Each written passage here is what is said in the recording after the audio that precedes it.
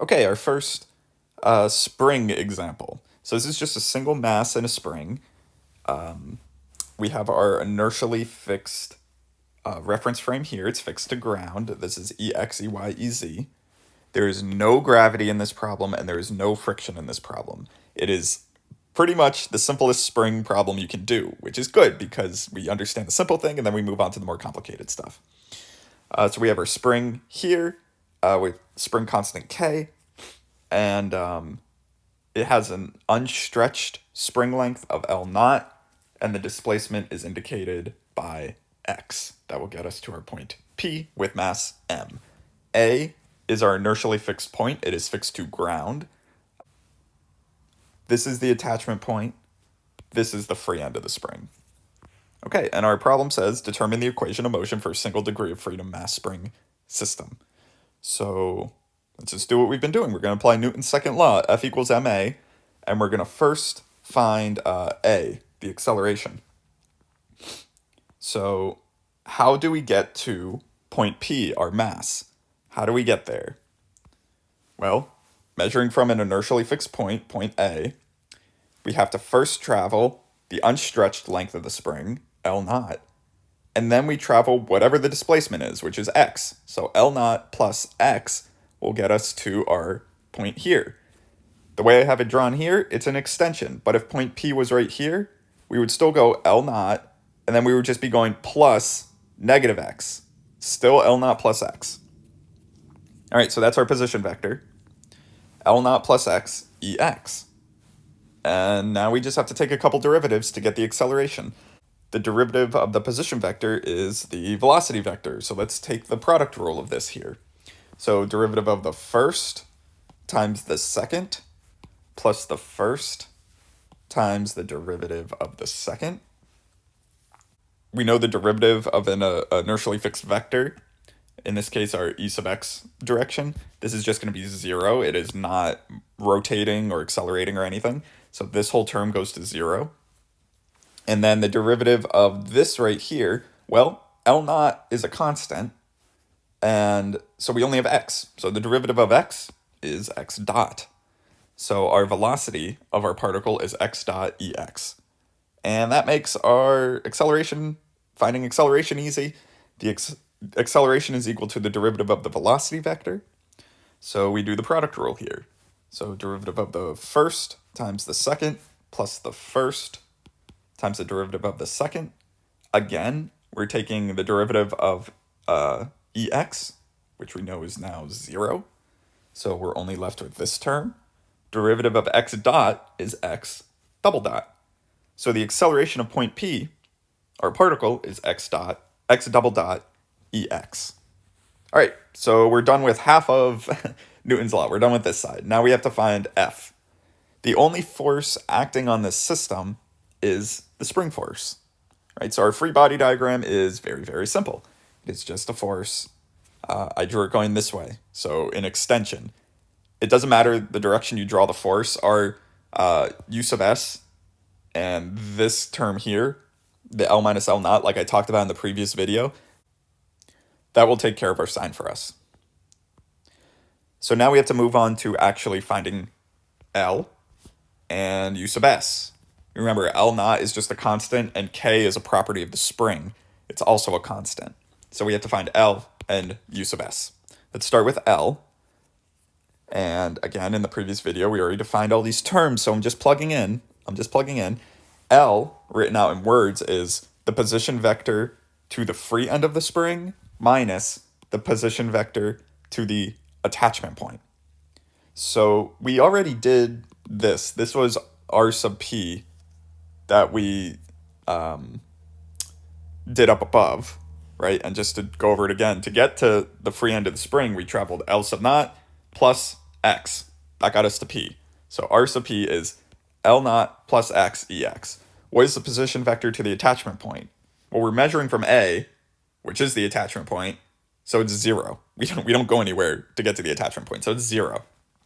E sub x. And L is the magnitude of this. I should really have, let me fix this. This is the magnitude around these.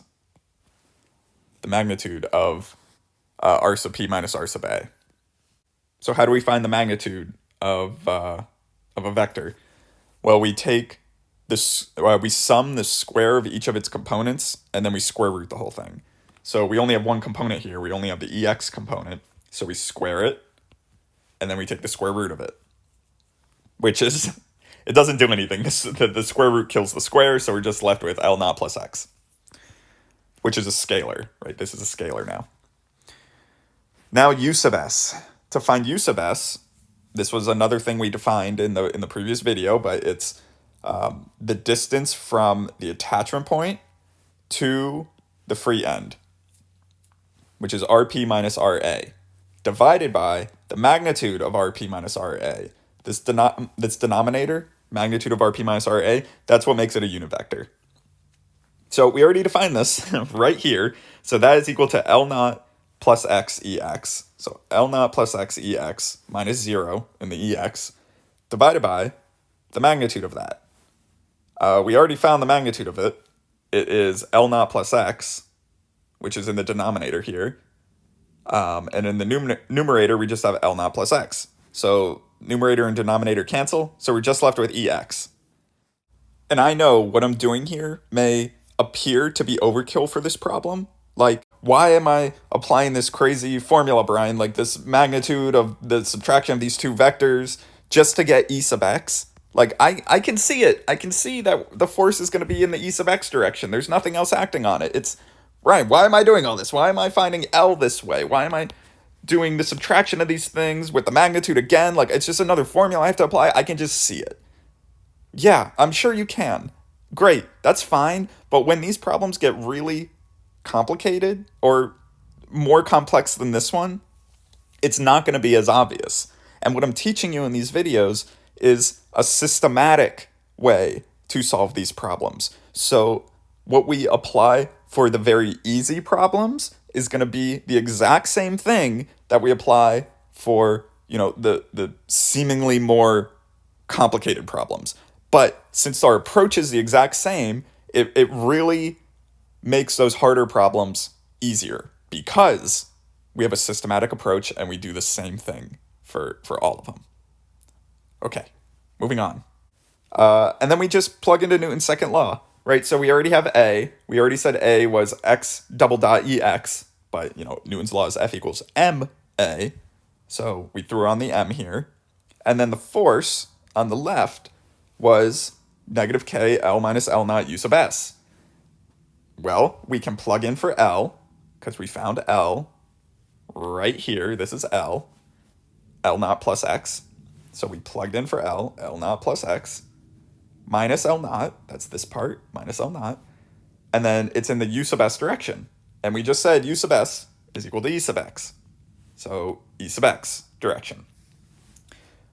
The L naughts are going to cancel, and we're just going to be left with negative KX EX on the left side, and then we'll still have mx double dot EX on the right side.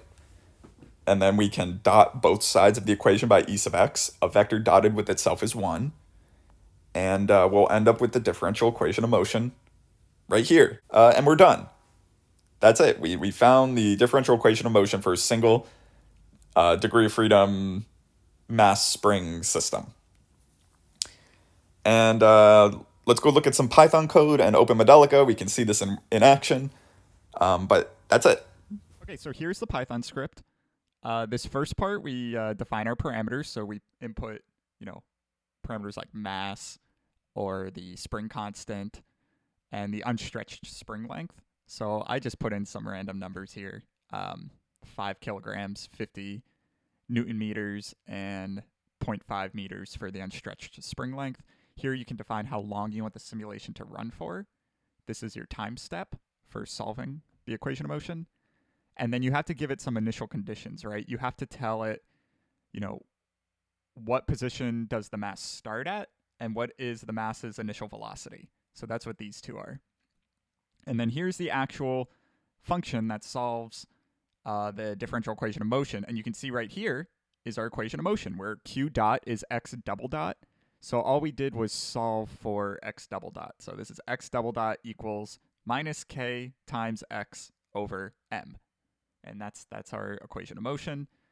And then down here, we step through each time step, solving it and saving the position, the velocity of the particle. And then this is plotting. This isn't a video to explain how to do this in Python, but that's just a quick overview. And if we run this, we'll get a result. So this is the particle's position. And you can see the unstretched spring length I wrote right here was 0.5.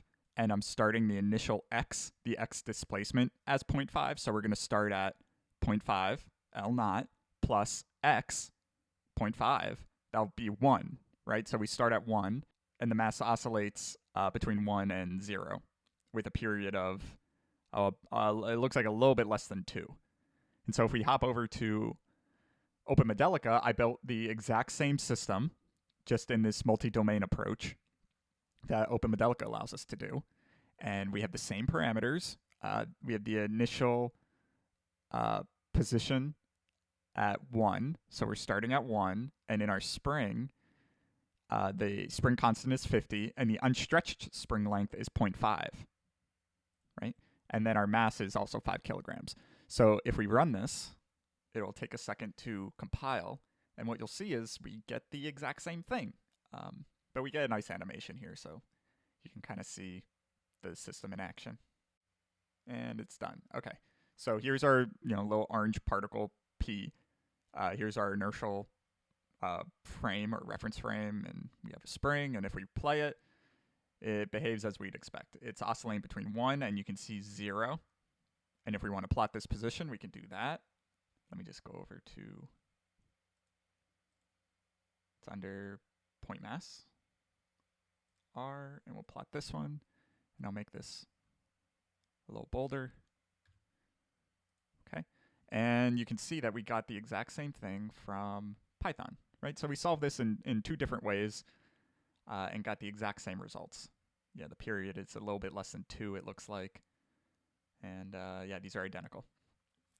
And the OpenModelica model and the Python code are going to be available on the GitHub, the channel's GitHub. And I'm just going to show you real quick if you want to play with this and, make an edit. It's easy in Python to make the edits. It's pretty straightforward. You can change the mass. You can change spring constant. These are just changing a number right here in this section, this define parameters section. In the OpenModelica, you go to modeling in the bottom left down here, and you just double click on the spring, and you can change the initial spring length and the spring constant here. And if you want to change the initial displacement of the spring, you do that right here with this prismatic joint. So we have it starting at 1, and you just change this number to whatever you want it to be your initial displacement. And that's it. All right, I'll see you in the next video. Bye.